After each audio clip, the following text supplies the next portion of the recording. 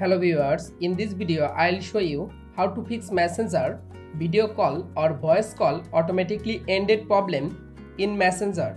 If you want to solve this problem, please follow the step. Step 1. Long press or long tap in Messenger application. Go to apps info, click on storage, again click on clear data, tap on clear cache data. Step 2. Open Play Store. Go to search Messenger application. Update your Messenger application latest version. Step 3. Turn off Don't Disturb mode. Step 4. Again open your phone setting. Click on Wi-Fi.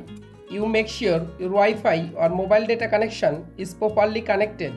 Step 5. Restart your device and again open it.